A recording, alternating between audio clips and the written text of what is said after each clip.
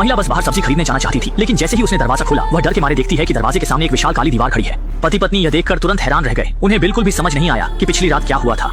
यह काली दीवार कहां से आई। शुरू में दोनों ने सोचा कि यह किसी की शरारत है, लेकिन जब वे खिड़की से बाहर जाने की तैयारी कर रहे थे तो उन्होंने डर के मारे देखा कि सभी निकास रहस्यमय काली दीवार से बंद हो चुके हैं। इतना ही नहीं, यह ईंट की दीवार विशेष सामग्री से बनी है। निक चाहे जितना भी कोशिश करे, यह काली दीवार हिलती तक नहीं। यह दृश्य देखकर पत्नी लिसा ने तुरंत पुलिस को बुलाने का सोचा, लेकिन अजीब बात यह थी कि इस समय दोनों के फोन पर कोई सिग्नल नहीं आ रहा था। हेलो। जब वे पूरे घर में सिग्नल खोज रहे थे, निक ने एक अजीब बात देखी। उसने देखा कि जैसे ही इलेक्ट्रॉनिक उपकरण काली दीवार के पास आते हैं वे प्रभावित होते हैं। जाहिर है यह काली दीवार ही फोन के सिग्नल खोने का असली कारण है। बाहर जाने की जल्दी में लिसा ने तुरंत दराज से इलेक्ट्रिक ड्रिल निकाली और बिना कुछ कहे काली दीवार में ड्रिल करने लगी। लेकिन दोनों के लिए चौंकाने वाली बात यह थी कि चाहे वे कितनी भी कोशिश करें, ये काली दीवार बिल्कुल भी क्षतिग्रस्त नहीं हुई। अविश्वासी दंपति ने बारी बारी से ड्रिल की, लेकिन भले ही ड्रिल बिट से चिंगारियां निकलने लगी, यह काली दीवार फिर भी पूरी तरह से सुरक्षित रही। मजबूर होकर उन्होंने ड्रिल के पास की दीवार को ड्रिल किया, लेकिन परिणाम ने उन्हें निराश कर दिया। उनकी दीवार के बाहरी हिस्से को पूरी तरह से रहस्यमयी काली दीवार ने घेर लिया था। दोनों यह देखकर तुरंत हैरान रह गए। इतनी बड़ी मात्रा में काम एक रात में कैसे पूरा हुआ। लेकिन इसी समय पड़ोसी के घर से आवाज आई, जिससे दोनों को उम्मीद की किरण नजर आई। आवाज सुनने का मतलब था कि यह दीवार काले ईंटों से बंद नहीं हुई थी। जैसा कि उम्मीद थी, इलेक्ट्रिक ड्रिल के नीचे उन्होंने जल्दी से इस दीवार को तोड़ दिया और पड़ोसी दंपति से मिल गए। थोड़ी बातचीत के बाद उन्हें पता चला कि वे भी काली दीवार से घर में फंसे हुए थे। कोई नहीं समझ पा रहा था कि यह काली दीवार कहां से आई और इसके पीछे असली मकसद क्या था। और भी बुरी बात यह थी कि समय के साथ घर की पानी की आपूर्ति भी बंद हो गई थी, और पानी की आपूर्ति खोने का मतलब ये था कि वे जल्द ही प्यास से मर जाएंगे। यह स्थिति देखकर निक गुस्से से भर गया और उसने फोन उठाकर काली दीवार पर फेंक दिया। लेकिन इस हरकत से उसे एक नई खोज हुई। टूटे हुए फोन के पुर्जे काली दीवार पर चिपक गए। क्या यह काली ईंटें चुंबक से बनी हैं? अपने विचार की पुष्टि करने के लिए उसने तुरंत बड़ी मात्रा में लोहे की वस्तुएं निकाली और पूरी काली दीवार पर समान रूप से फैला दी। थोड़ी कोशिश के बाद उसने पाया कि काली दीवार में वास्तव में एक रहस्य छिपा था, और वह यह था कि काली दीवार की चुंबकीय शक्ति अलग अलग थी। शायद काली दीवार का रहस्य इन 4 सबसे मजबूत चुंबकीय बिंदुओं में छिपा था। लेकिन जैसे ही दोनों सोच रहे थे, दीवार पर लोहे की वस्तुएं अचानक हिलने लगीं।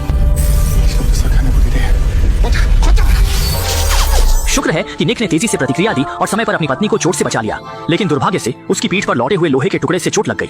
मजबूरी में उसने पहले अपनी पत्नी से अपने घाव को बांधने के लिए कहा। थोड़ी देर आराम करने के बाद दोनों ने पड़ोसी के घर की ओर जाने वाले छेद को बड़ा करना शुरू किया।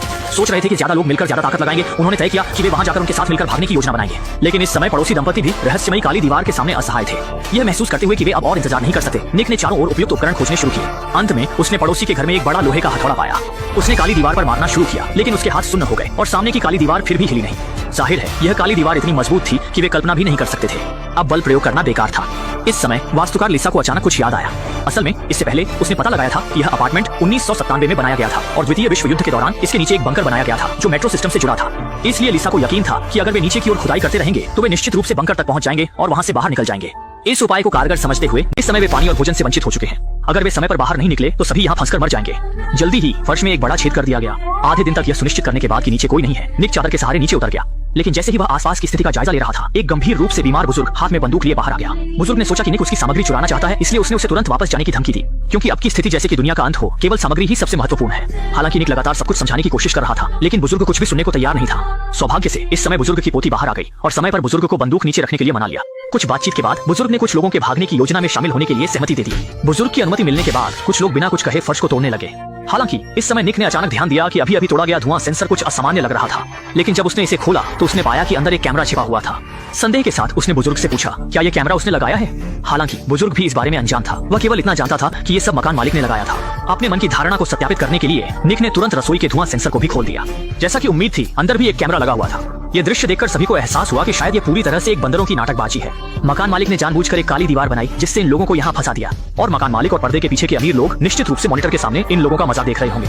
जब उन्हें पता चला कि मकान मालिक बगल में ही रहता है तो सभी ने तुरंत रसोई की दीवार को तोड़ दिया, मकान मालिक से जवाब मांगने का इरादा किया। हालांकि जब वे मकान मालिक के घर में पहुंचे तो उन्होंने भयभीत होकर देखा कि मकान मालिक पहले ही खून के तालाब में गिरा हुआ था, और अजीब बात यह थी कि उसके दोनों हाथ गायब थे।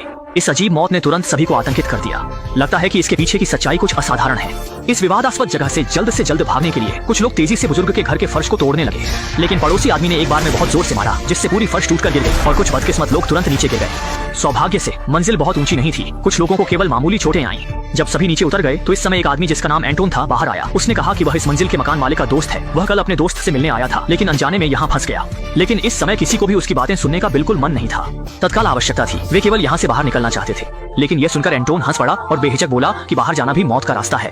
फिर उसने सभी को बताया कि वह उच्च तकनीक वाली काली दीवार वास्तव में हमारी सुरक्षा के लिए है, क्योंकि कल रात उसने टीवी पर एक खबर देखी थी जिसमें कहा गया था कि एक रहस्यमय वायरस फैल रहा है। निवासियों की सुरक्षा सुनिश्चित करने के लिए उच्च अधिकारियों ने सभी को घर में बंद करने के लिए रहस्यमय काली दीवार का उपयोग किया और कहा कि उसका दोस्त वायरस से संक्रमित होने के कारण मर गया। हालांकि एंटोन ने बहुत विश्वास के साथ कहा, लेकिन सभी अभी भी आधे अधूरे मन से उस पर भरोसा कर रहे थे।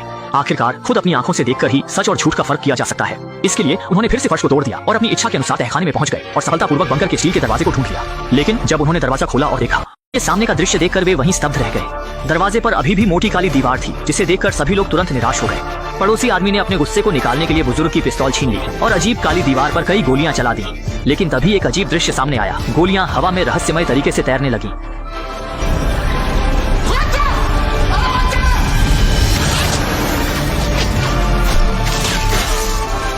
कुछ युवा लोग तेजी से प्रतिक्रिया करते हुए बच गए, लेकिन बुजुर्ग इतना भाग्यशाली नहीं था। उसे वापस लौटती गोली ने सीने में छेद कर दिया।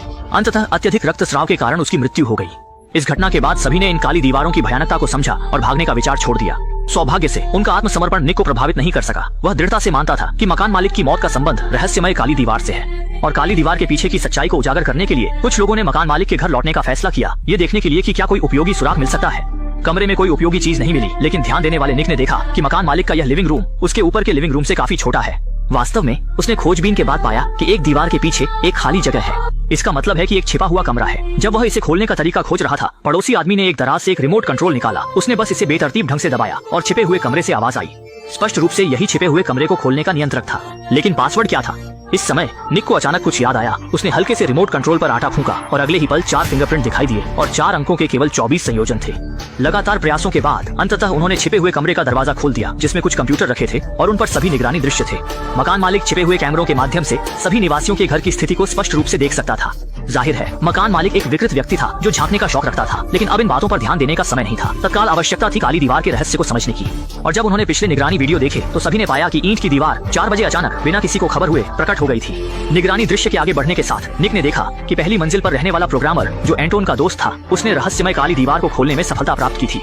हालांकि निगरानी ने काली दीवार के खुलने का दृश्य नहीं दिखाया, लेकिन लगातार फ्लैशलाइट के बाद दरवाजे की दीवार पर गलियारे की रोशनी का दृश्य स्पष्ट रूप से देखा जा सकता था। लेकिन इससे पहले कि वे खुश हो पाते, निगरानी में एक भयानक दृश्य दिखाई दिया। एंटोन ने अचानक बाहर के दोस्त को खींच लिया और अंततः उसे जिंदा गला घोंट दिया। निक ने महसूस किया कि स्थिति गंभीर है और जल्दी से वापस चला गया, लेकिन तब तक बहुत देर हो चुकी थी। बुजुर्ग की पोती पहले ही मारी जा चुकी थी और पड़ोसी आदमी को भी एंटोन ने बंधक बना लिया था। निक ने देखा और तुरंत एंटोन से लड़ाई शुरू कर दी, लेकिन उसकी कमजोरी के कारण वह जल्दी हार गया। जब एंटोन उसे मारने की तैयारी कर रहा था, पड़ोसी आदमी ने समय पर मदद की, जिससे एंटोन को काबू में किया जा सका। इसके बाद लगातार पूछताछ के बाद एंटोन ने पूरी कहानी बताई। असल में वह और उसके द्वारा मारे गए प्रोग्रामर दोस्त एक टेक्नोलॉजी नैनो कंपनी के लिए काम करते थे। वे रहस्यमय काली दीवारें उनकी कंपनी के उत्पाद थे और कंपनी के पुराने कर्मचारी के रूप में वह अच्छी तरह जानता था कि केवल वायरस या बड़ी आपदा के समय कंपनी इस तरह की काली दीवार को सक्रिय करती है, जिससे निवासियों की सुरक्षा सुनिश्चित होती है। इसलिए वह मानता था कि बाहर कोई वायरस फैल चुका है, लेकिन उसका दोस्त मानता था कि सिस्टम में कोई खराबी है। दोनों अपनी अपनी बात पर अड़े रहे और जब दोस्त हर हाल में काली दीवार को तोड़कर बाहर निकलना चाहता था, तो उसने खुद को फंसने से बचाने के लिए अपने दोस्त की बेरहमी से हत्या कर दी। ये सुनकर सभी लोग गुस्से से भर गए, क्योंकि बाहर निकलने का एकमात्र व्यक्ति भी मारा गया था। जब कुछ लोग नहीं जानते थे कि क्या करना है, तो ऊपर की मंजिल की महिला पड़ोसी ने कुछ देखा। असल में एंटोन के दोस्त ने काले दीवार के फटने के कुछ समय बाद ही रातों रात एक प्रोग्राम लिखा था। ये समझने के बाद कि वही प्रोग्राम काली दीवार को तोड़ने की कुंजी है, निक ने तुरंत सामने वाले के कंप्यूटर से वो प्रोग्राम अपने मोबाइल में डाल लिया। इसके बाद उसने फोन को काली दीवार की ओर किया और जल्दी ही फोन पर चारों ओर प्रकाश बिंदु बटन दिखाई देने लगे। लेकिन निक को भी नहीं पता था कि बटन का क्रम क्या है, इसलिए वह केवल एक एक करके क्लिक कर सकता था। उसके अंधाधुंध कोशिशों के साथ काली दीवार तुरंत प्रतिक्रिया देने लगी और ठोस से धीरे धीरे अनगिनत कणों में बदल गई।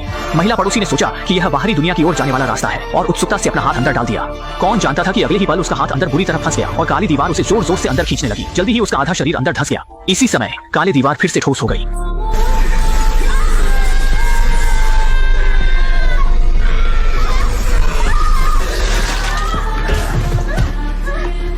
आखिरकार महिला पड़ोसी की मौत टालना संभव नहीं हुआ।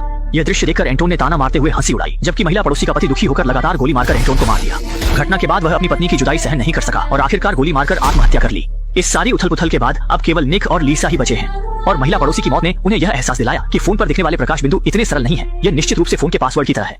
सही क्रम में डालने पर ही काले दीवार को अनलॉक किया जा सकता है और आगे के 2 लोग केवल बहुत सावधानी बरत सकते हैं। जब निक ने प्रकाश बिंदु को दबाने की कोशिश की तो फोन पर दिखाई देने वाली फ्लैशलाइट ने लीसा को कुछ याद दिलाया, क्योंकि चारों बटन एक निश्चित संख्या में फ्लैश को ट्रिगर करते हैं। इसका मतलब है कि वे फ्लैश की संख्या के माध्यम से 4 बटन के क्रम को निर्धारित कर सकते हैं और एंटोन के दोस्त द्वारा काले दीवार को खोलते समय की फ्लैश स्क्रीन को संयोग से कैमरे ने रिकॉर्ड कर लिया था।